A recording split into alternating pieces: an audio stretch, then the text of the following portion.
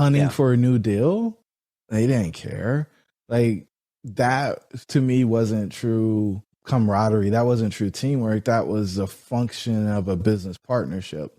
And what I wanted was a deep relationship with people where I'm significantly impacting the trajectory of their life. This is Henry Washington, and you're listening to the Average Joe Finances Podcast. Welcome to the Average Joe Finances Podcast.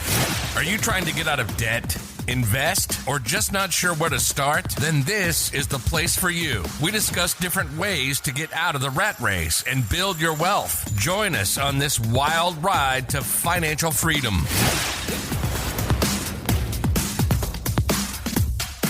Hey, welcome back to the Average Joe Finances Podcast. I'm your host, Mike Cavaggioni, and today's guest is Jerome Myers. Jerome, I am super excited to talk to you today, especially about just looking into your background about taking this red pill and getting out of the matrix. So, man, welcome to the show. Mike, so grateful to be with you, man.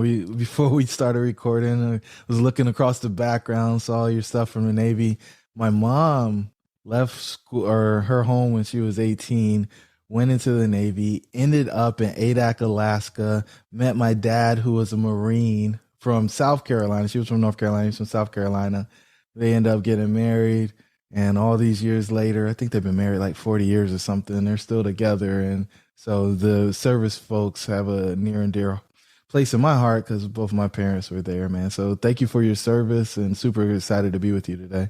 That's awesome. Yeah, they combined their powers and created the legend that is Jerome. Yeah, really excited to have you on, man. So I want to start this off the same way I start every podcast episode, and we want to know more about you. So if you could, you can go as far into detail as you want or share as little as you want, but if you could tell us about your background and tell us who is Jerome Myers. That's a changing thing, moving target every day. But if I had to get to the core of it, man, I was standing in the front yard with my mom.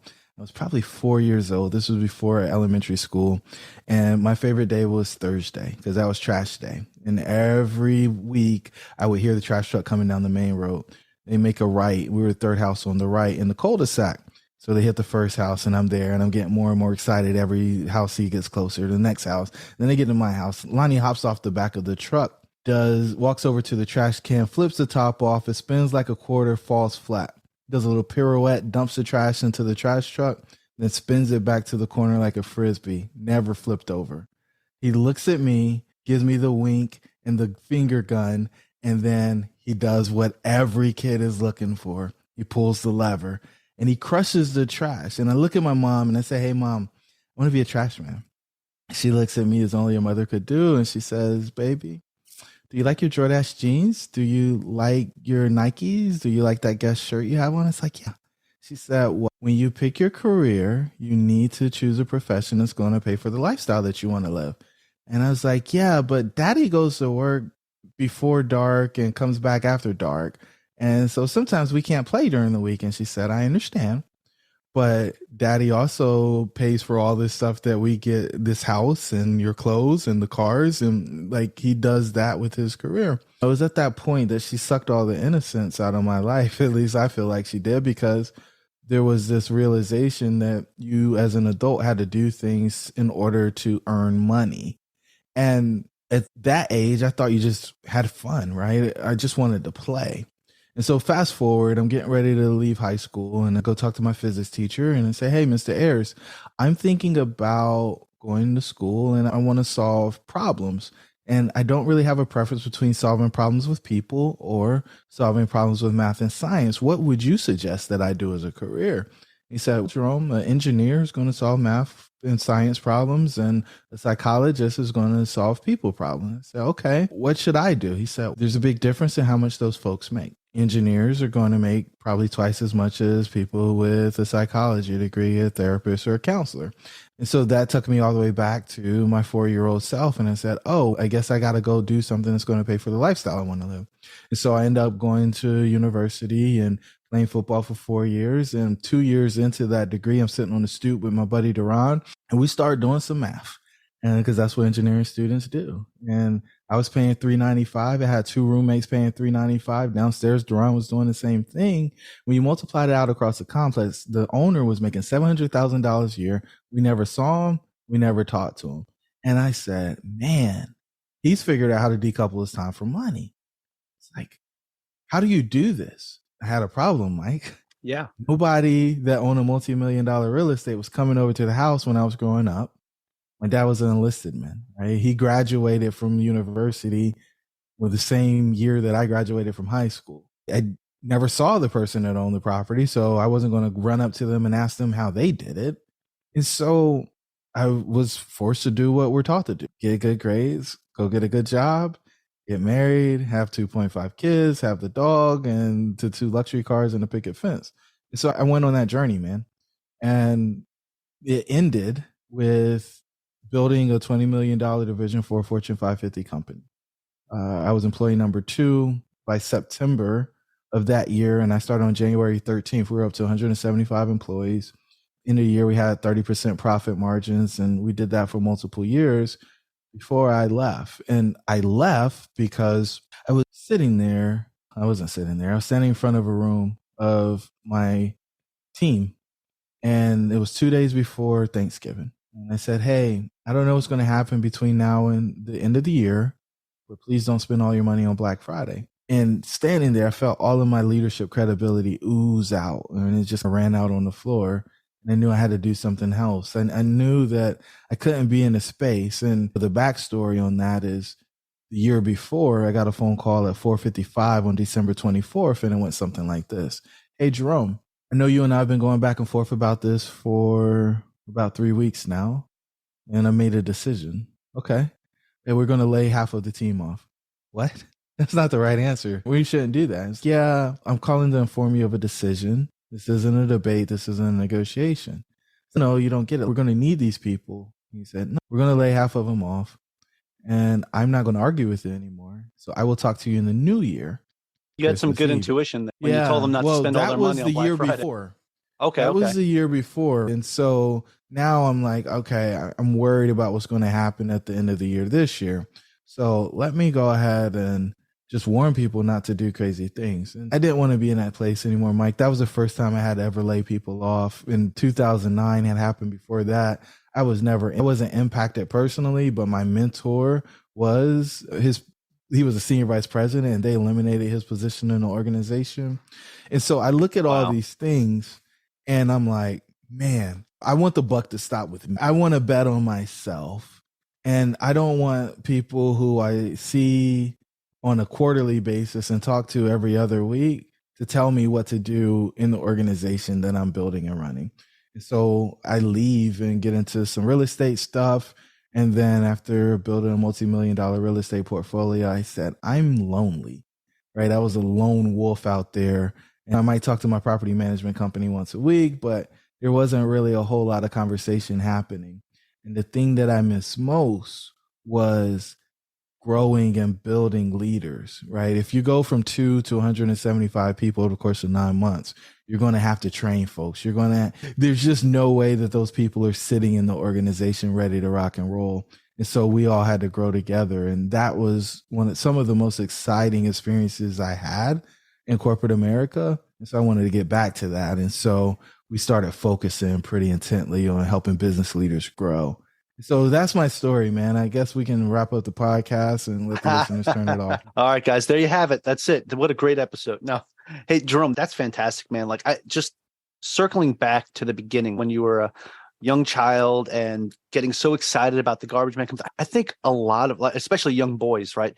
A lot of us were always just so fascinated. I know it was the same way for me. And I know waste management services. I grew up in New York, right? So I know waste management services there. Like, they got paid. So if I said I wanted to grow up and be a trash man, my dad probably would be like, hey, you might stink, but you're going to make some good money. That would have been his take on it, right? But at the same time, it's kind of, I don't know if necessarily that's what I want to do, but I think it's really cool this stuff happened. And most of those guys were like, so, oh man, you get a great workout while you're doing this and you get really good at it, very efficient, right? And that's how they get through and get done faster and faster. And they're getting paid by the job. They're not getting paid by the hour. So it does pay to be efficient at your job. So I think that's huge, right? That efficiency piece.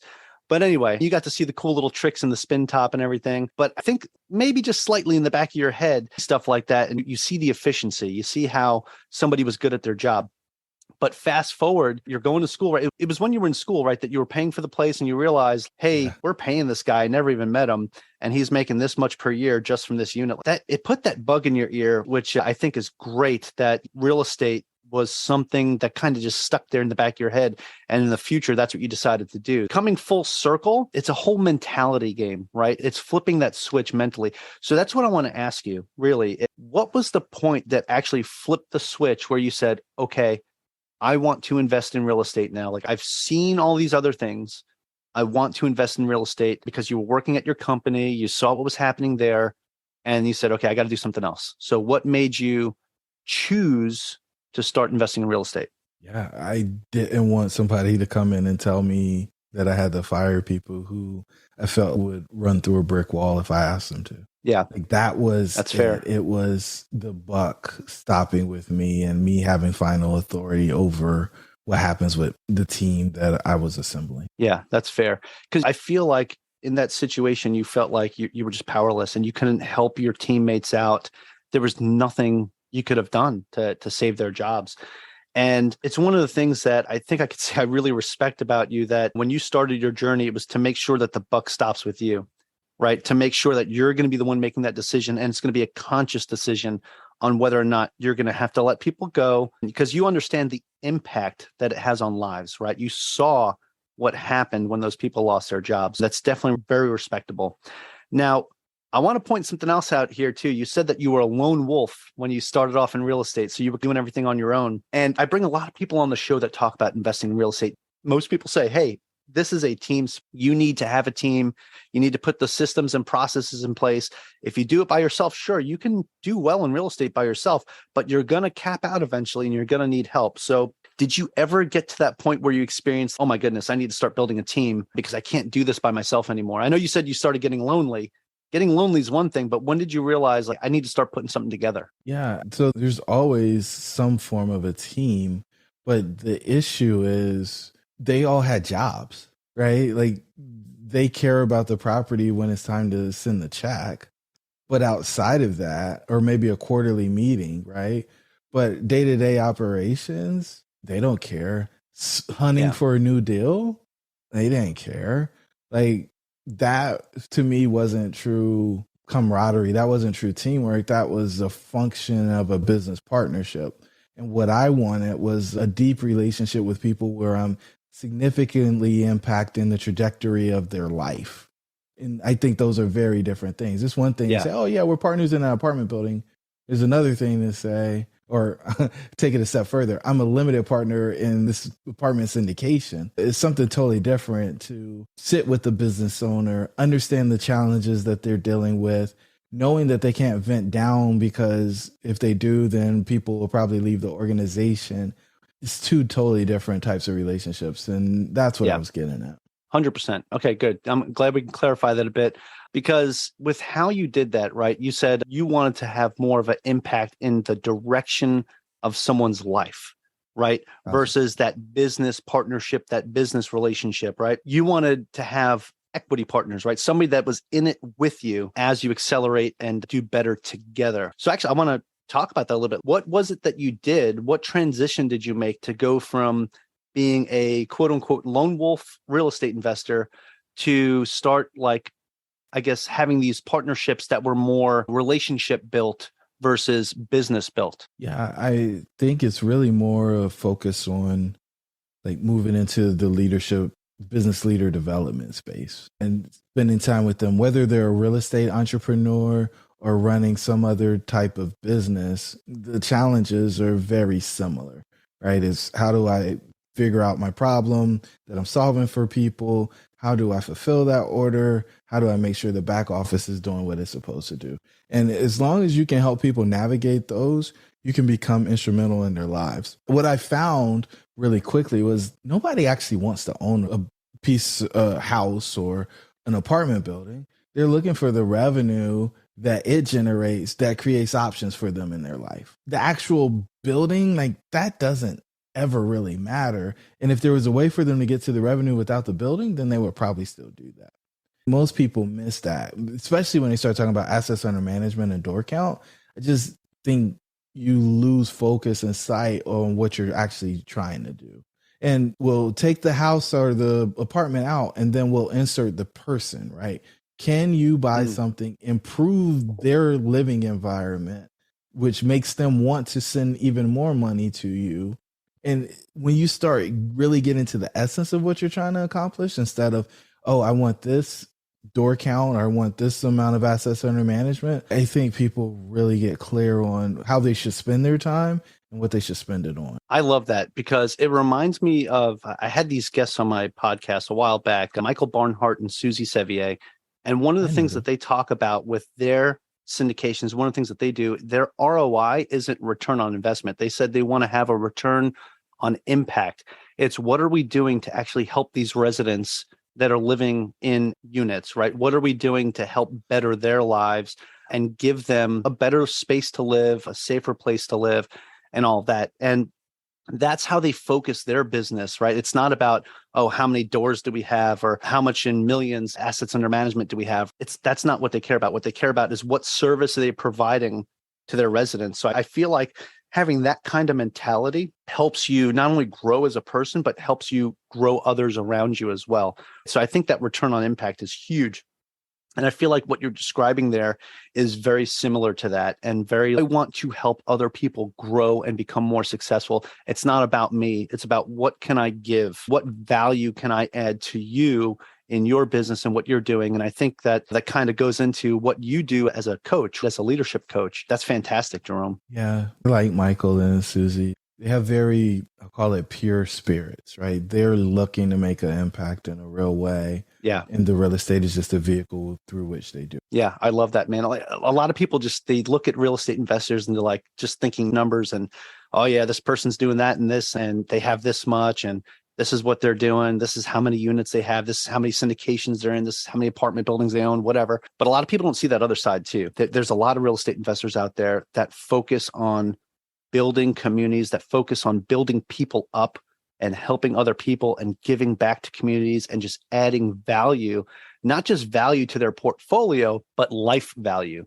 And I think that's huge. And a lot of people don't see that side. They see real estate investors like, oh, they're greedy landlords that just want to take all my money. But I think it's important to highlight these other pieces, these other sides of the puzzle here, so you can get a full broad picture instead of just the one half that you see every day. So I think that's huge, man. And I'd love to talk about what you've been building separately from real estate with your coaching and how you help people get to these different levels of performance and get better at their craft. So can we talk about that a little bit? Yeah, I'd love to, Mike. The thing that I learned the hard way was at first I started out and I was like, oh, I'm going to help people buy apartments because it makes sense to be able to buy apartments, get your freedom, create the passive income. And then I started having people come to me who weren't ready to add hundreds of thousands or millions of dollars worth of debt onto their balance sheet. And so when you get to that place, they crumble, it falls apart. And I'm like, man, I want success cases. I want people to actually win. I don't want people to turn around when it gets hard. Wait, what do you mean I have to take risk? And the beautiful part about what you just said, Mike, is the vast majority of apartment educators tell people that you don't need any money, no credit, no credibility, nothing else. And this is magically going to retire you in a year or two or however, 5 years, pick one. But that's just not real, man. And so I got really disgusted with a lot of the messages, and then walking into different rooms and seeing people who have been trying for a year or 2 years or 3 years and spent $50, $60, $100,000 and hadn't been able to get to a place where they actually had ownership interest, or they thought they were going to be operators and they just ended up raising money for everybody else. And I just, man, this isn't the way it's supposed to go. And it started to bother me. But what I realized on the backside of that was we got to make sure that we're actually ready for the burden that we're going to take on when we actually start investing in property. But there's so many people out there who just hang their shingle and say, I'm a real estate investor, and change their handle on LinkedIn. They haven't done anything to prepare themselves.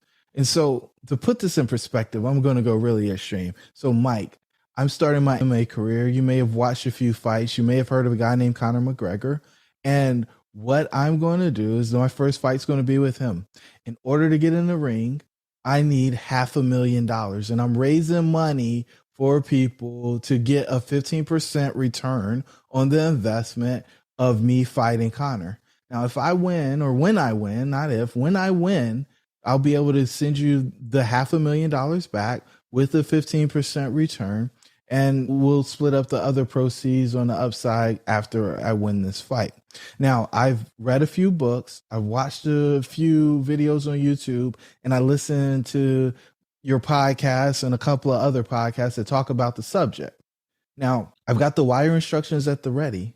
Will you where should I send them? Not to me. Mike, I've watched YouTube, I've listened to podcasts, and I read a book. I'm ready to get in a ring with Connor. Yeah, that's great. I'm more concerned of, have you done this with anyone else? At some point, you might want to coach. At some point, you might want to actually get in the ring and spar with somebody bigger than the champion. But that's what I hear whenever people say, oh, I'm going to buy a 200 apartment unit on my first deal, or I'm going to buy whatever, pick the thing. I think people really need to understand what they're getting into before they get there. And so with that as the kind of context for the way I think about things, I think we need to pull back. And there's 6 levels that I think you need to work through that get you to a place where you're really ready to have all the things that you want in life. And the real estate investing, the prosperity stuff is at level 5. But let's go down to the bottom and then work our way back up. And hopefully the listeners will get something out of this. And so the first thing we need to do is reduce stress. I don't care how great your life is, there's something that's creating stress in your world. And we want to reduce that. And so we start with self-image. Self-image is really just, do you keep your promises to yourself? If you keep the promises to yourself, life's pretty good. It's when you don't have that congruency that you begin to challenge stuff. You start getting uncomfortable with who you are. And I say, okay, let's get that tightened up. From there, then we go to level 2, which is relationships. And in relationships, there's 3 different types of relationships. Mutually beneficial, not mutually beneficial, but can be reframed, and never going to be mutually beneficial. If something's not mutually beneficial, you need to sever it immediately, just in the relationship. Not mutually beneficial, but could be, you need to go in and reframe those and get them mutually beneficial. Why does this matter? I like feeling like I can do stuff for people who can't do anything for me. The issue is, and it's the issue with all top performers, if you do that, eventually you will be empty because there's nobody replenishing you. You're just pouring, you're source for everybody.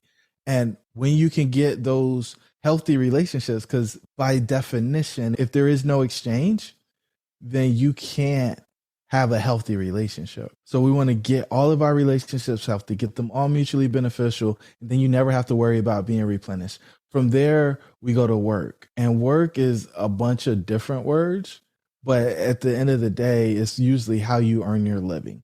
And so when you have great relationships and you hold yourself accountable, those things lead you to a place where you have more influence, you have more impact in the workplace. That usually leads to more income. Those 3 things in and of themselves is what I think all of the stress in your life is wrapped up in.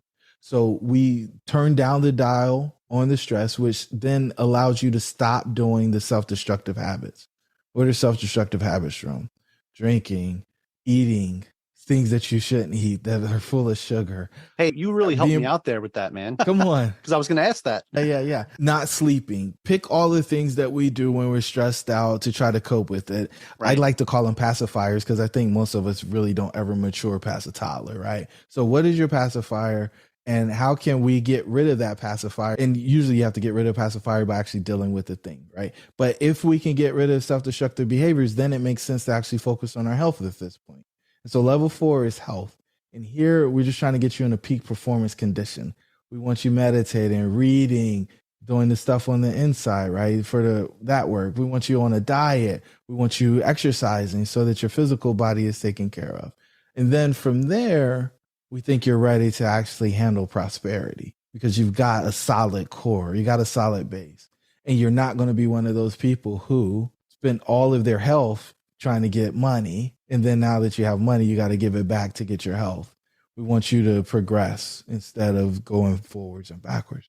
And so usually there, self-actualization happens. You're at level 5, right? You've got prosperity, you got money, you got the choices, you can do what you want. But this is where it gets really special. And I think this is where we differentiate ourselves from the majority of people out here who are coaches. You feel empty. You start asking 2 questions. Is this it? And what was it all for? And when you start asking those questions, you're actually on to something. It's likely that you'll push it down and say, oh, it doesn't matter. I'm good. But when you feel those 2 questions pulling up, you better pay attention, because then you can actually transcend and hit level 6, which is significance. Some people call it legacy. Other people call it immortality. But in our model, we believe that significance is the only true success. And so we call it simply significance. And this is, how can you positively impact the lives of other people? How can you actually make a difference in the world? We talked about Susie and Mike. We talked about my desire to actually have an impact that was meaningful for people. And in that, I think you have the life that you truly dream of. You actually are out there impacting the world. You have prosperity so you can be generous. And you have your health, which I think is probably truly the only wealth that we have. Attention, fellow real estate investors. I know you're tired of ineffective marketing strategies that leave your lead generation feeling like a bust. Well, I've got a great solution for you.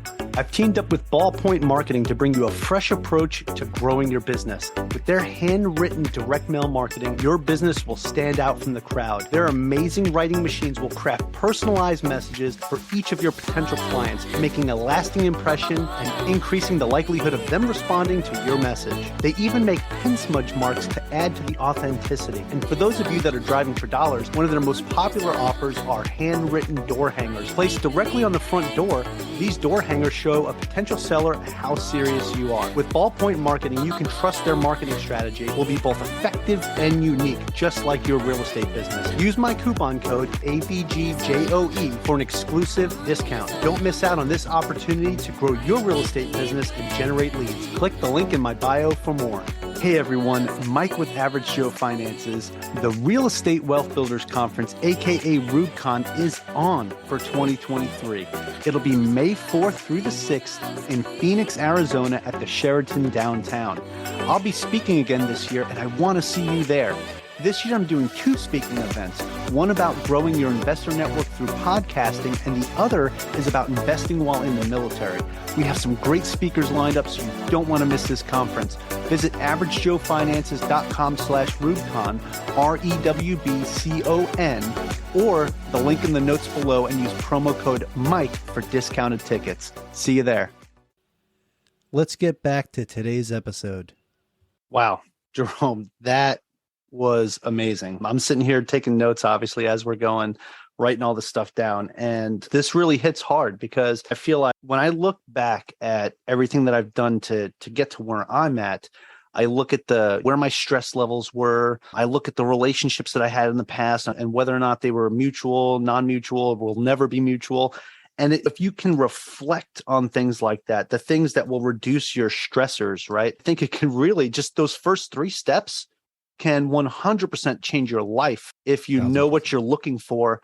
And I think, as you would call it, as taking the red pill and getting out of this day-to-day monotony of being stuck in the matrix, of being stuck in your, I hate saying it this way, but being stuck in your 9 to 5, where your focus is to just go to work, do what you got to do, come home, sleep, rinse, repeat, do this until you die. Yeah. And being able to escape that and escape the rat race, as we commonly call it as real estate investors, having steps to get there and having somebody be able to guide and mentor you as you go through that, I think is huge. And it's one of the reasons why I believe in coaches. It's one of the reasons why I have a coach myself.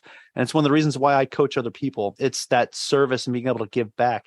And I absolutely love this, the way you described it. What is your pacifier? Like, I never even thought to look back at what are those things what's my vice that I go back to bring me back to my comfort level because I'm stressed out or because of something's going on. And the different ways to reduce your stress and focus on those things, like when you get to that step 4 piece, the health piece, right? I think that's huge. Eating healthy, exercising, meditation, yoga, all that stuff. My wife makes me do yoga with her. And I say makes me, but I do it now willingly. I enjoy it. It's a good way to clear my head and focus. And I got to the point now I drink lemon water every day when I wake up. It's the first thing I do is drink lemon water, reset the body before I even have any type of coffee or anything like that. I've reduced how much coffee I drank, left the Navy, because I used to drink a lot of coffee, probably healthy, copious amounts of coffee. But it's these little changes that you make in your life that you start seeing this difference. And it's not always right away, but as you make these little changes, these small things start happening. And these small things progress and they grow. Like when I talk about helping people beat debt and you do that snowball method, right? And you're slowly beating that debt down and the snowball's growing bigger and bigger and eventually turns into an avalanche, right? You can do that with your life too. And the way that you describe these 6 steps, I feel like that is that avalanche building up. And it starts with that small sound that you make that makes the snow start falling, right? And makes it start rushing down the mountain. I absolutely love the way that you put this down and that significance, that legacy piece. I think that's what most people in life are looking for. Maybe not all, but most people in life want to know that they made an impact somewhere, that they left something behind that they'll either be remembered for or that somebody else will carry the torch and carry that on. So I think that's huge, man. And absolutely love what you do. I can already tell just from this conversation how amazing of a coach you are and the team that you've built and the organization that you have, man. It's absolutely awesome. I want to talk a little bit more about that. I know we talked a little bit off the air right before I hit the record button, and you were describing how you built a business from nothing to huge with what you're doing right now with a lot of people. And I think we've been gearing this show and just building up to that with everything that you've described. And I really love that because it's going in the right direction. So I want to know, when you built your actual business, how did you go from, okay, I was investing in real estate, doing the lone wolf thing. You got lonely with that. And then you wanted to have your own business where you were, the buck stops here. That was always that thing that you wanted. So how did you do that? Like, how did you go from investing in real estate to now I have my own business and I am the man? It's terrifying, right? It is. Thought of it. And what I found is all opportunity comes through people. And I think so many of us feel like we created our own opportunity. We're self-made, this, that, and the third.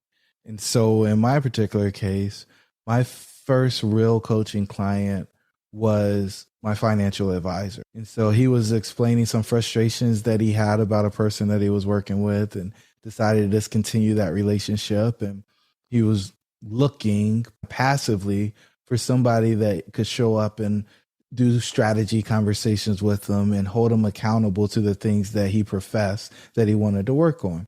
And he was in this world where nobody would really challenge him. And it was really tough for him to get that external motivation to go with the inspiration that he was already walking through. And so fast forward 10 years, and he's my longest running client.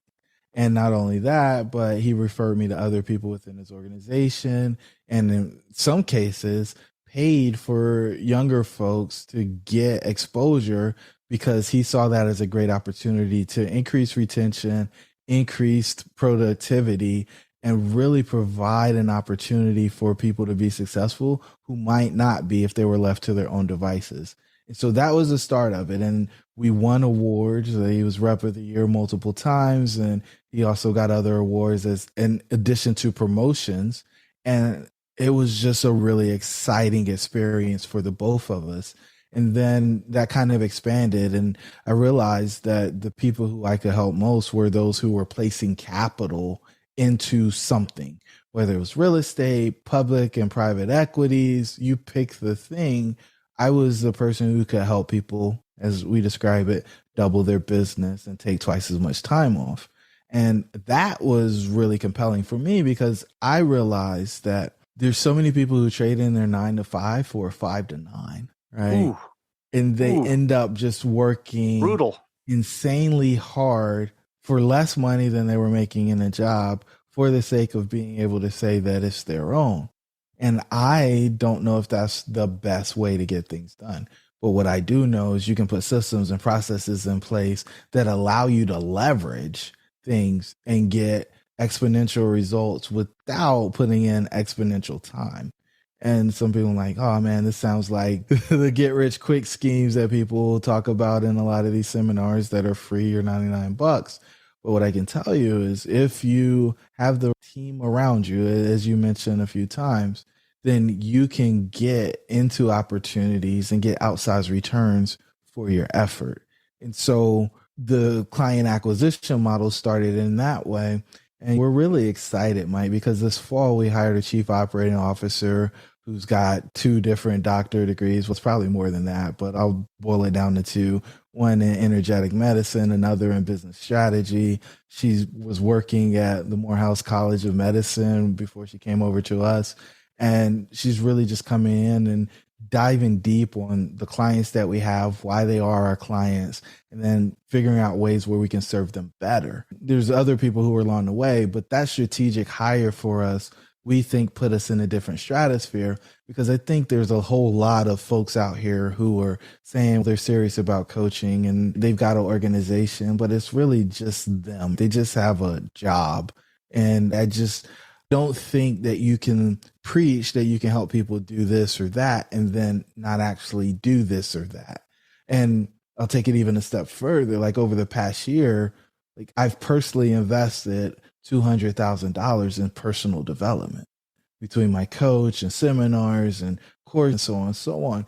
And I just don't think that most people who are professed to be coaches are making that level of investment in their personal development. And I think it's extremely important because I don't want any of my clients to ever outgrow me. A lot of folks come in and you're like, oh yeah, you got me from, I don't know, 50,000 to 150,000. I need to go find another. No, like I could take you to 10 million. And that's my ambition, is to grow at a pace that most people are baffled by. And so I just doubled down on investment. And so that's how the company grows, right? Strategic acquisition of really talented, highly competent, and highly credentialed people. And then using my personal development to keep the company from having a lid on it, right? Because there's always a lid based on the leader. Jerome, I absolutely love that. I love how you started this by saying all opportunities start with people, or opportunity comes through people, right? Because that is 100% fact. And I can see how the way that you do things, you're not just a coach. I feel like you really build great relationships with your clients, and you are truly invested in their growth and development, right? And you also show how you're investing in your own personal growth. And I think that's huge. And a lot of people, I practice what I preach as well, right? I have coaches. I think it's super important to have somebody not only hold me accountable, but help me keep developing into the entrepreneur that I am and keep growing. Because if I cap myself, what do I have left? I want to keep going. I want to keep getting better at my craft. I want to be able to serve people better and help people do more things. And you just made me feel 10 times better about that, because every time I have to stroke a check and I'm like, here we go, paying for this. And then my wife's asking me like, oh, how much was that coach again? And why are you doing this? And I tell her and she's like, okay, I trust you. Trust the process. It's like one of those things, like sometimes, am I doing the right thing? And the way that you just described everything makes me feel a lot better, because it is 100% important to take care of yourself, develop yourself, not just on that health side, right? The physical health and mental health, but how are you developing yourself? There's so much in our brain here, right? There's so many different facets of the brain, and there's so many pieces that need to be touched, right? It's not just the education. It's not just the relationships that you build and you nurture, right? What are you doing that also builds yourself up, right? So there's all these different pieces of it. The way that you've built your organization, you're even talking about with that new hire that you just had, and that's fantastic. You're looking at this from 100,000 foot level. You're up in space looking down saying, here's the earth, and I'm going to zero in all the way down to this city. You know what I'm saying? That's how narrow and precise that I feel like you get with what you're doing. So I definitely appreciate that. And I wanted to point that out for my listeners, because that is truly a touching thing, because you are truly invested in your clients and yourself. Okay, I'd like to transition this into something that we call the final round. And it's the same 4 questions that I ask everybody that comes on the show. And if you're ready to go, we'll get this party started. Let's do it. All right, let's do it. All right, so the first question is, and I keep this within the real estate and finances realm, but I'm going to take this to the business realm. And I'm going to say, what's the biggest mistake you've ever made in business? Sounds like a good one. Yeah, man. And it's in the same vein of the conversation we were just having. All the information is out there and it's for free. and you can invest all the time that you want to get all of the information that is free, and you will just have information. If it's not combined into a cohesive system that takes you from end to end, getting you the thing that you said you wanted, you will spin your wheels. There's this thing called unconscious incompetence. Other people call it overconfident, but I call it unconscious incompetence. You're out there doing this thing, you're running hard, and you're running in the wrong direction. If I want to get over to where Mike is in Hawaii and I go east, I can guarantee you it's going to take me a whole lot longer to get there than if I go west. And I just think so many people miss that. Like, why would I pay for that? Because the content is organized and somebody who's already made the mistakes that you're going to make. Don't make level 1 mistakes when you can skip to level 4. You either pay with time or you pay with money, and you can't get time back. So it's always better to pay with money. I absolutely love that, man. Absolutely. And I see it all the time. And it's one of the things that I try to focus on too, is there's so many opportunities out there to learn from other people and the mistakes that they've made. One of the things that I like to point out on this podcast as well, but sure, that's free, right? You can listen to a podcast for free. You can go watch a YouTube video for free. That's great. But you know, that the other piece of having somebody hold you accountable and guide you in a specific direction versus you just wandering all over the place until you figure it out. You're, like you said, you're going to pay. It's either with time or it's with money. And if you've been in this game long enough, you understand how much money your time is worth. So time is money. So I love that. So thank you for pointing that out. Okay. Next question kind of ties into this. And that's what is something that you've learned that you wish you knew when you first started? There's never a perfect time to start now. I think so many of us are looking for the right moment to do the thing. And what I found is you either jump out the plane or you get kicked out of the plane. And it's a whole lot better for you to jump than to get kicked because it's on your terms. So if you want to do the thing and do it now. I love that. I love that. Don't wait to get kicked out of the plane. Just jump. Although I personally would never jump out of a perfectly functioning plane to come down in a parachute, but that's just me. But if I had to, if I was up there, yes, I would rather jump than have somebody kick me. And I get that surprise going out there because surprises sometimes can really suck. I definitely appreciate that perspective. Okay. Especially if you're scared. My dad was a jump master for near 20 years. So he was perfecting the art of parachuting. But I'm sorry.